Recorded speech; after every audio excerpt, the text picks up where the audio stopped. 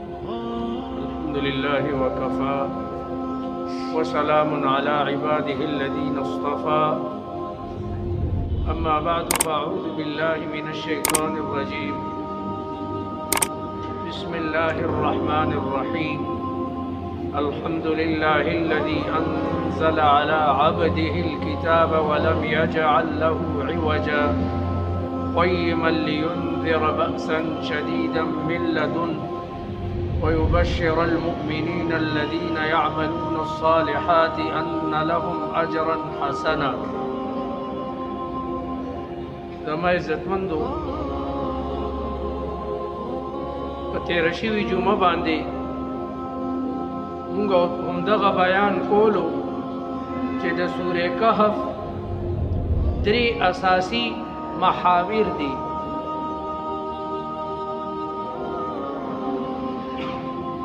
یو محور دا د عقیدې دی چې د یو رعیت عقیده څنګه پکار ده. دویم هغې سره علم دی چې موسی علیه السلام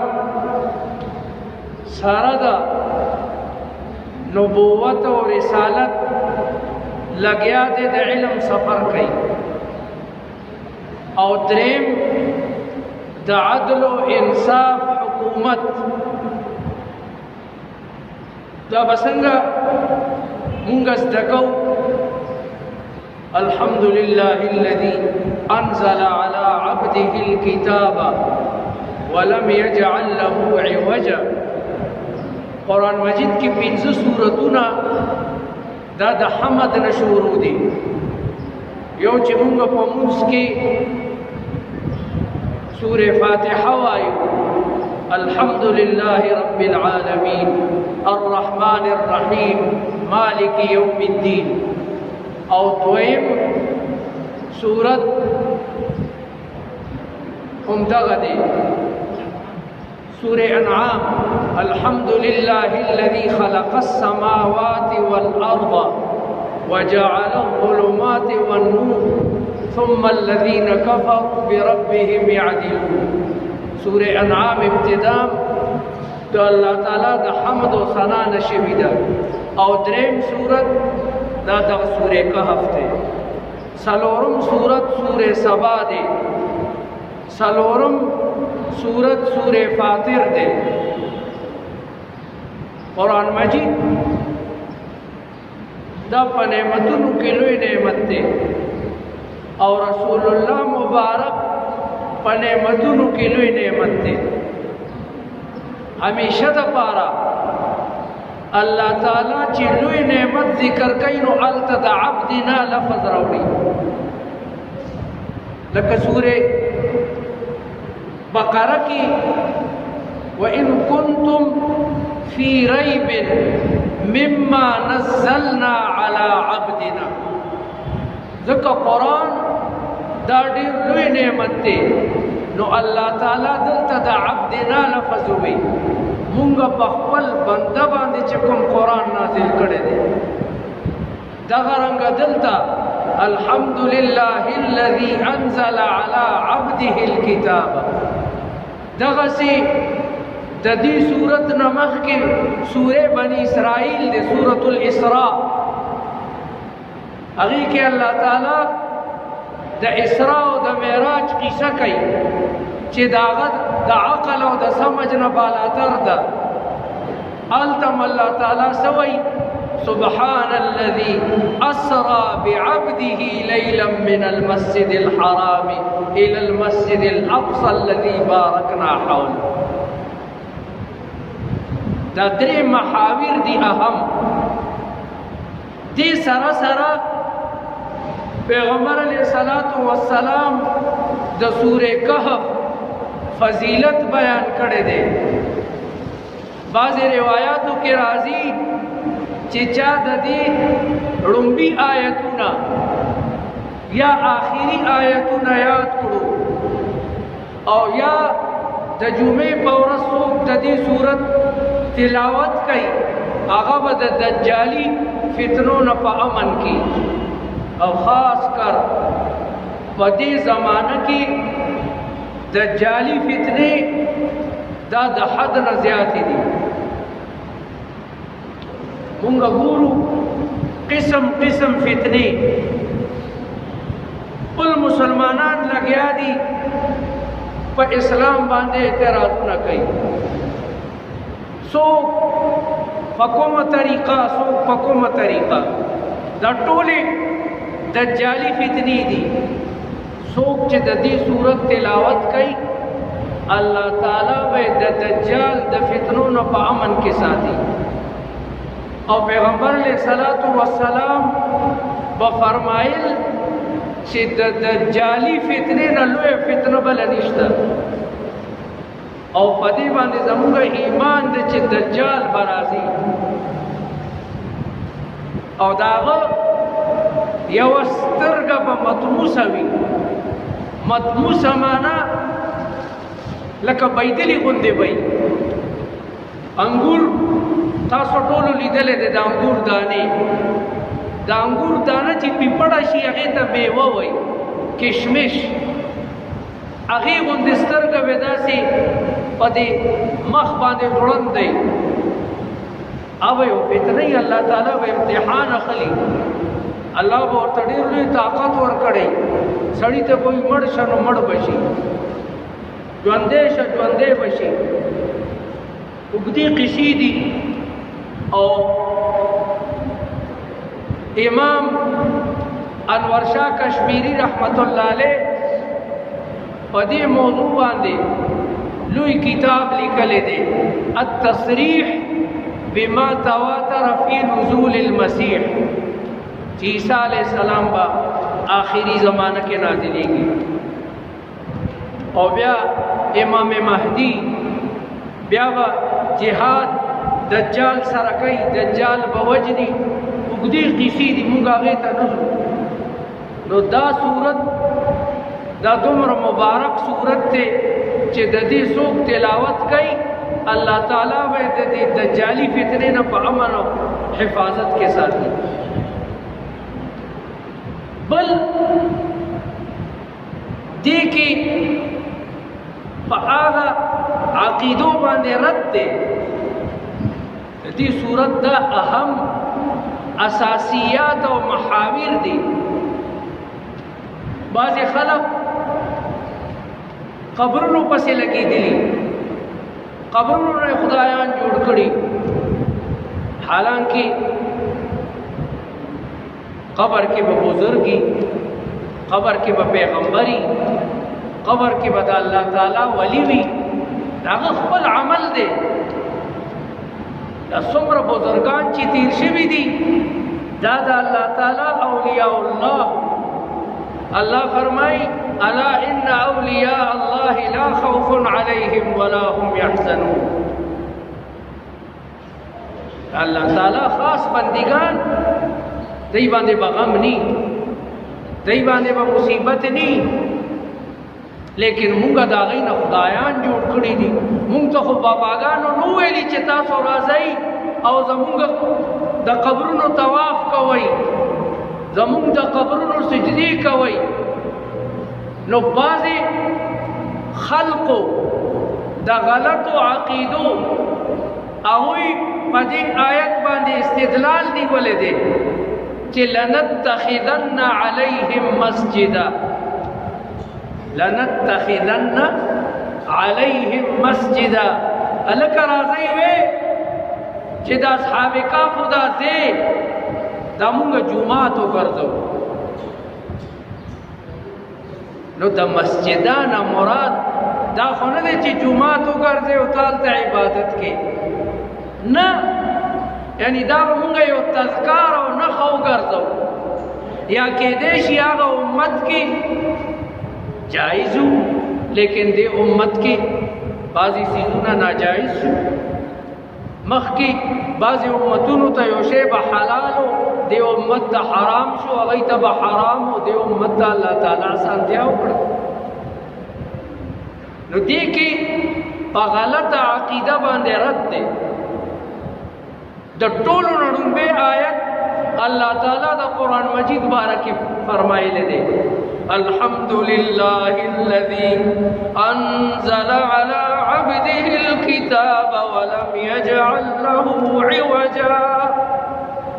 تمام تعریفونه هغه ذات لره دي چې هغه مهرباني وکړه او د قرآن مجید غوندې عظیم الشان خالد او معجز کتاب نازل کړو. ذکر د عیسی علیہ السلام نا انتر جناب نبی کریم صلی الله علیه وسلم پورې څوک پیغمبر نو راغله.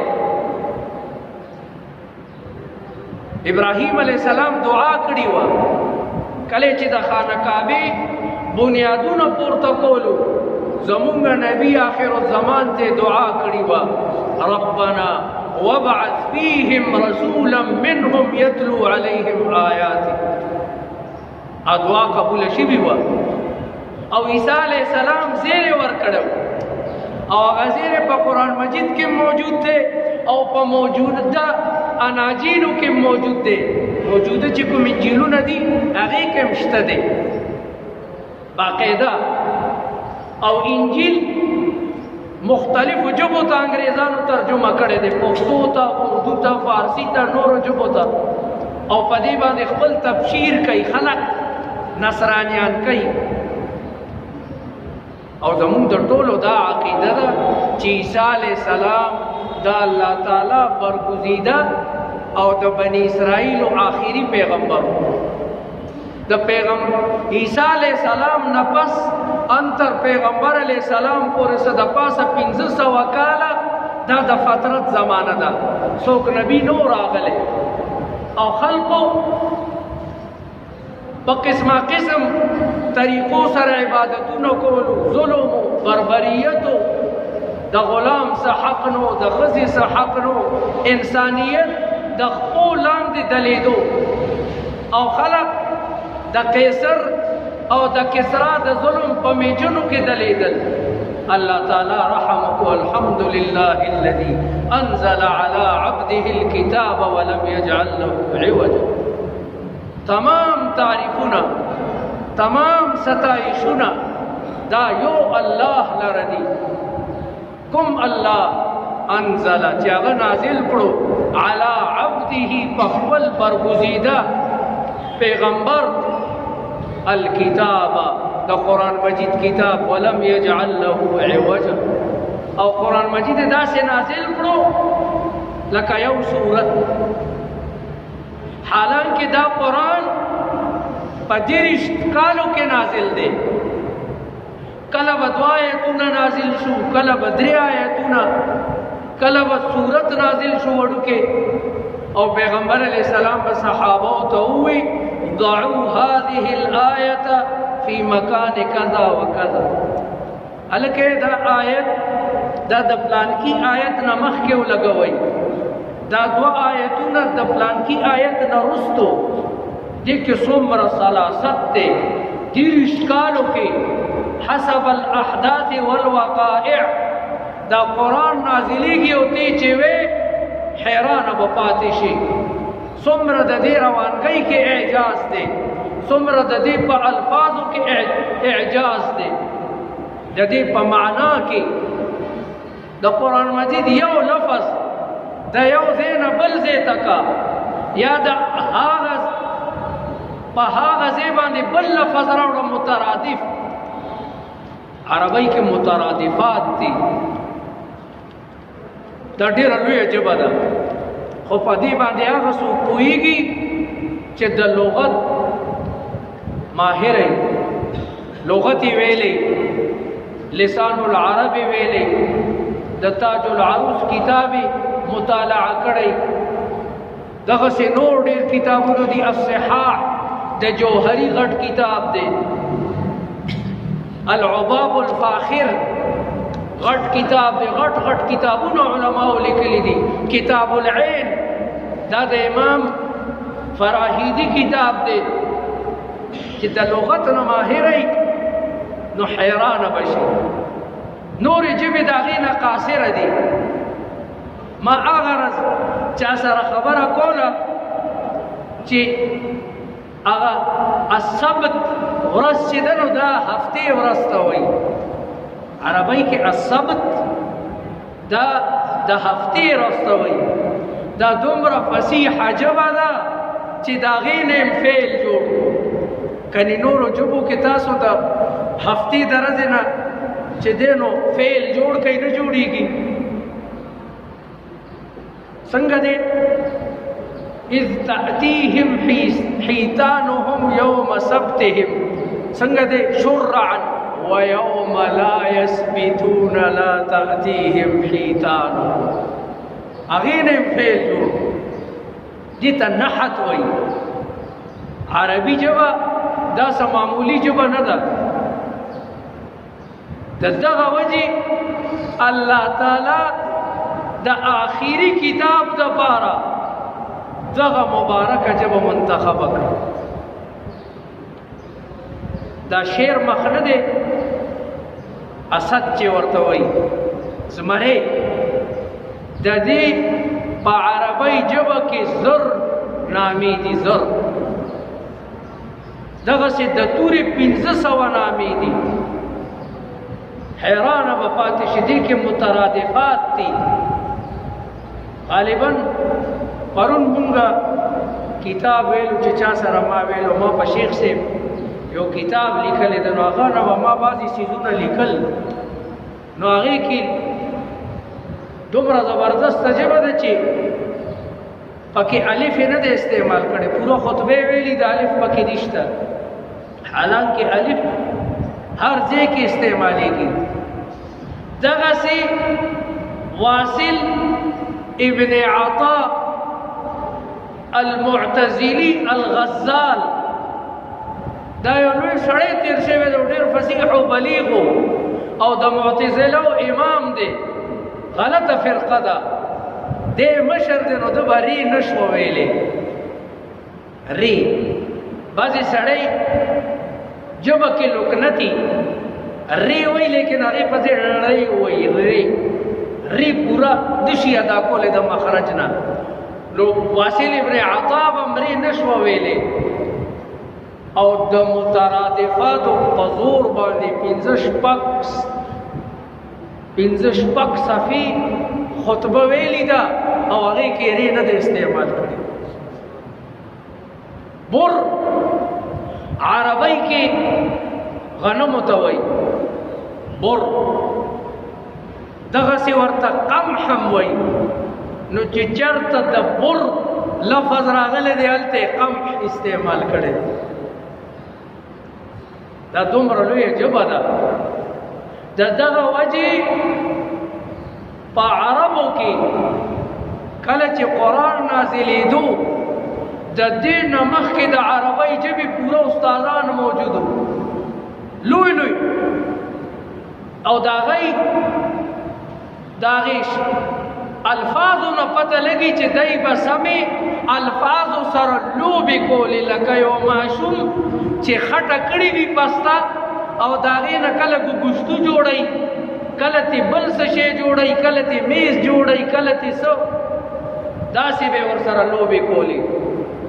او همیشه ما دا زه هر چېرته ویم، قوم یو قوم چې په کوم سیس کې ماهری، الله تعالی پیغمبر ته هماغه شان معجزه ورکوي.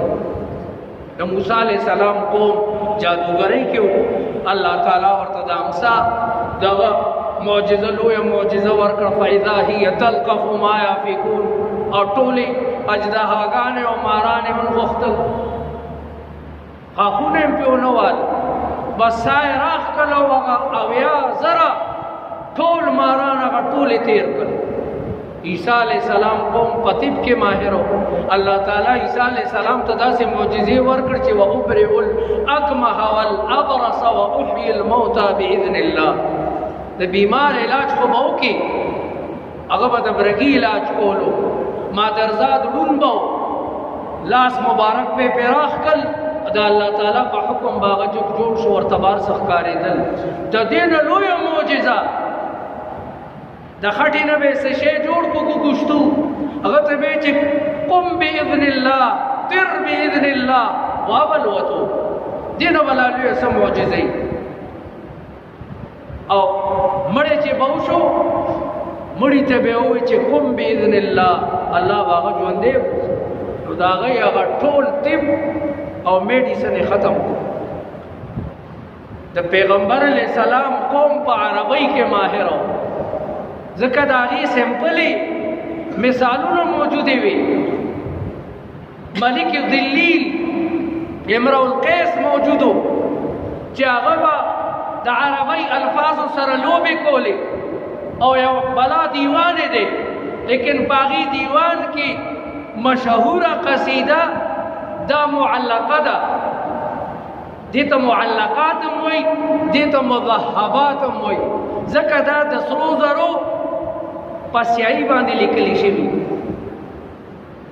او ما مخکم ویلی او په دې باندې زړه تفصیلاتو کې نظم ځکه په دې باندې طالبان پويږي لیکن په آسان جبه کې درته ویم چې تاسو په پوي شئ افسوس چې مونږ د عربی ژبه نه لري یو الله تعالی چې مونږ ته د هدایت کوم کتاب را لګلې دې مونږ هغه نزان لري کړي دې اکو بکو کې لګیا یو ټول وخت خاص کر زموږ ځوانان په موبایلونو کې ختمي حالانکه د دې وخت باره کې به تپوس کیږي چې ما ته وخت درکړو تا دې وخت کې څه کړی دي آیا ته ما دغه موبایل ته پیدا کړې وي چې ته په ټول عمر دې کې بس لګیاي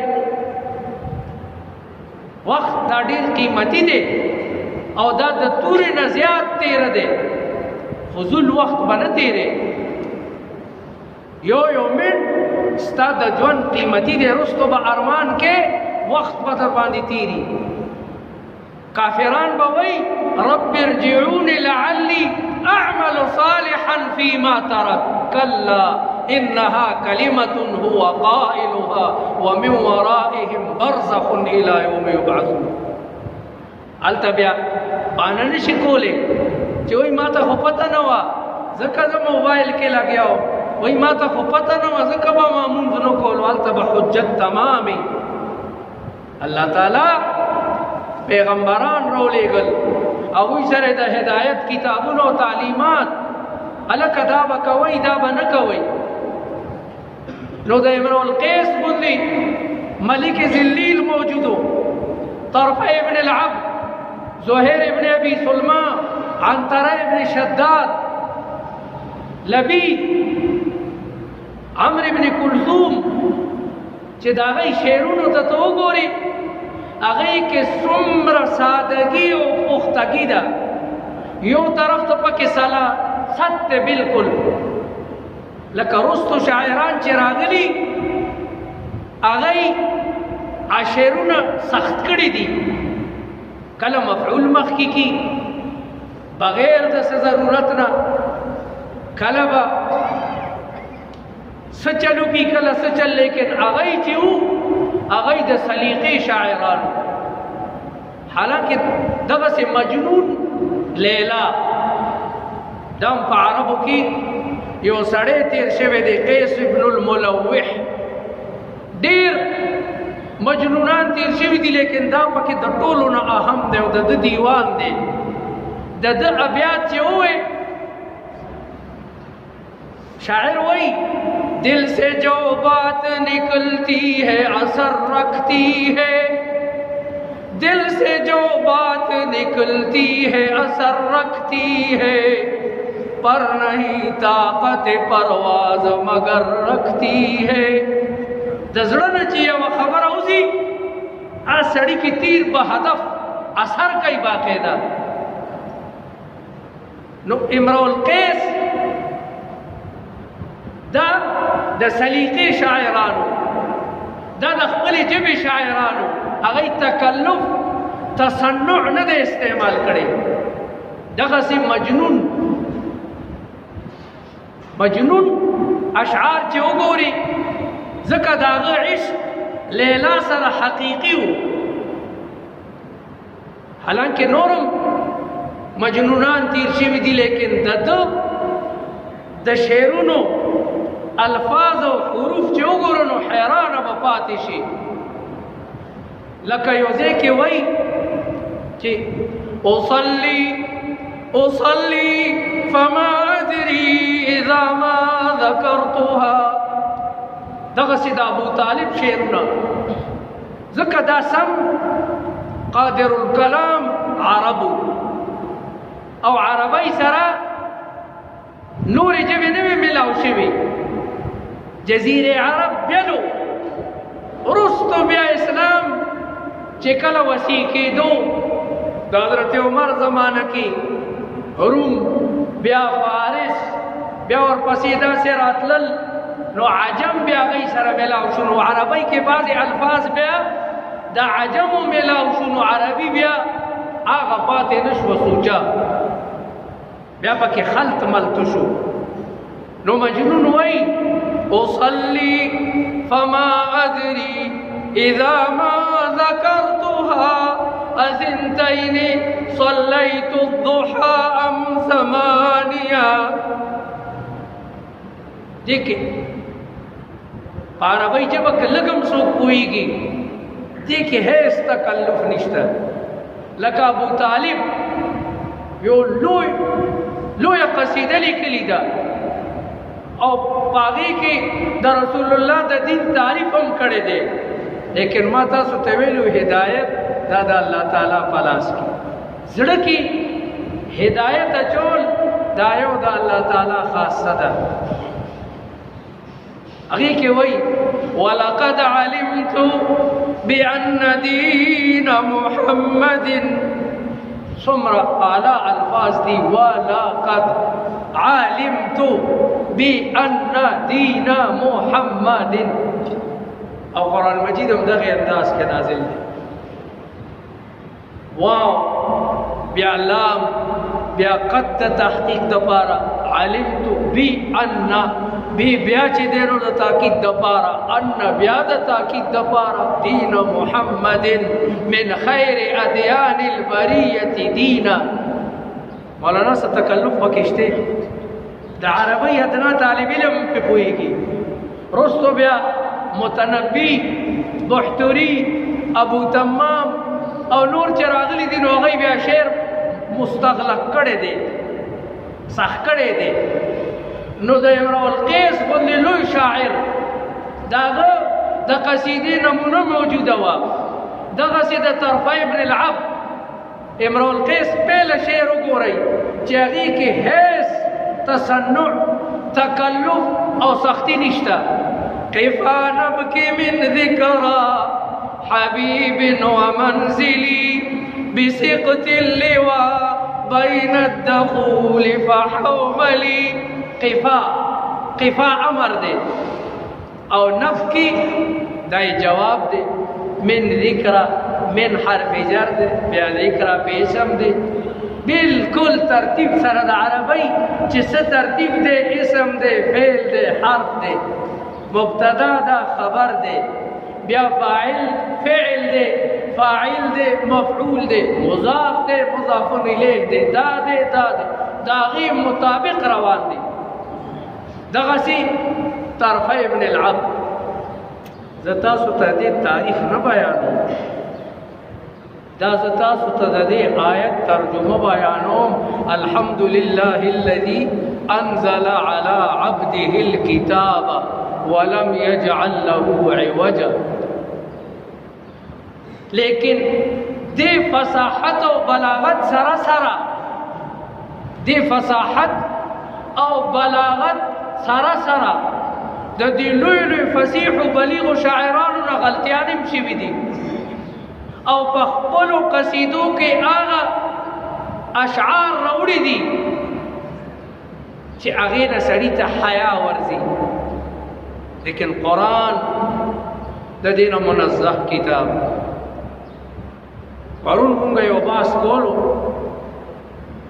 چی اللہ تعالی پا نصرانیانو باندے رد کئی چی او نصرانیانو عیسیٰ علیہ السلام نہ خدے دے نہ دا خدے زوے دے نہ ثالث و ثلاثہ دے آدھا خدے بندہ دے د خدای برگزیده پیغمبر دی.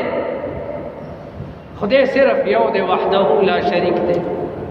قل هو الله احد الله الصمد لم یلد ولم یولد ولم یکن له کفوا احد.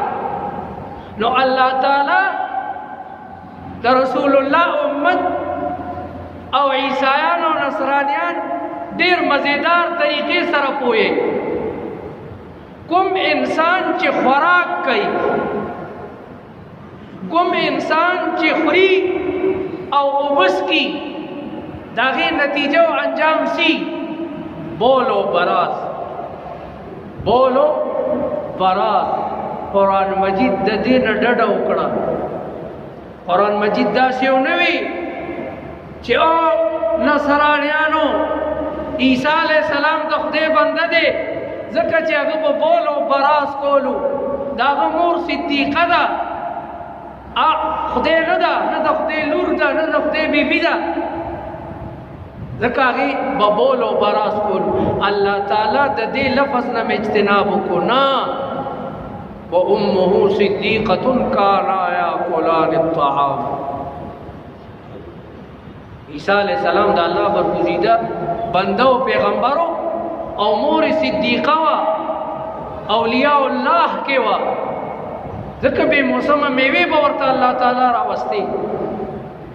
او بیا الله وی کانا یاکلان الطعام، مور او زوی به خوراک خوړلو.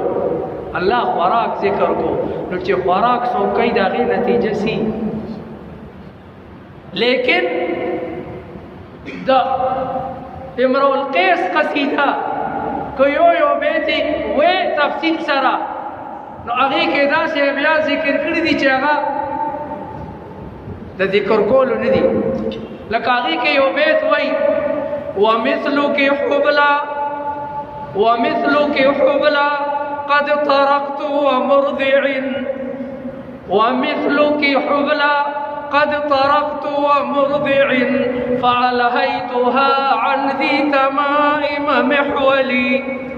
دا اوس د ذکر کول نو هغې شعر کې او دیش د قرآن اعجاز کې دا فرق یو راغلی چې هغې کې شطحات او بکواسي شعرونه هم ذکر کړي دي، لیکن قرآن دا دا اللہ تعالی کلام دے. دی کی یو لفظ نہ زیاد تے نہ کم دے، دی کی یو لفظ نہ زیاد تے نہ کم دے. او تا قصیدی بیا خانہ کعبی سره وړاندې کړې وي. دی کی بعض حولیات هم دي او هغه بزهیر ابن ابي سلمى لیکلي. یو کال کې به یو قصیده لیکله، یو قصیده به چې ولیکله په هغې به یو کال تېرولو. بیا به ویله چې یاره دې کې څه غلطي ده، دې کې څه کمزوري ده، یو کال به پې لګولو. او دغه وخت قرآن نازلیږي الحمد لله الذي انزل على عبده الكتاب ولم يجعل له عوجا. لیکن افسوس، 100,000 افسوس چې نن مونږه او زمونږ ځوانانو هغه عظیم الشان کتاب پرېښی دی. نو زمونږ حال چېرته رسېدلی دی؟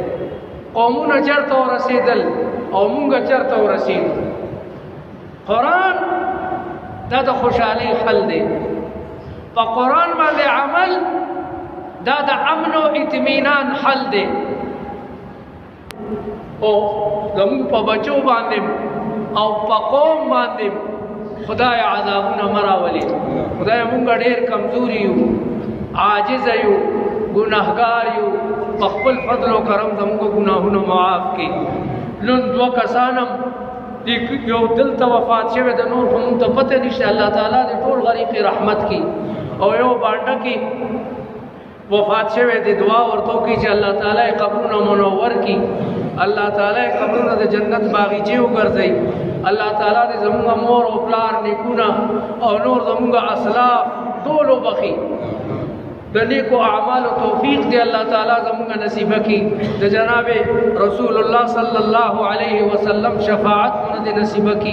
रब्बना ज़लमना अनफुसना व इन लम तग़फिर लना व तरहमना लनकूनन्न मिनल खासिरीन व तुब अलैना इन्नका अंतत तव्वाबुर रहीम।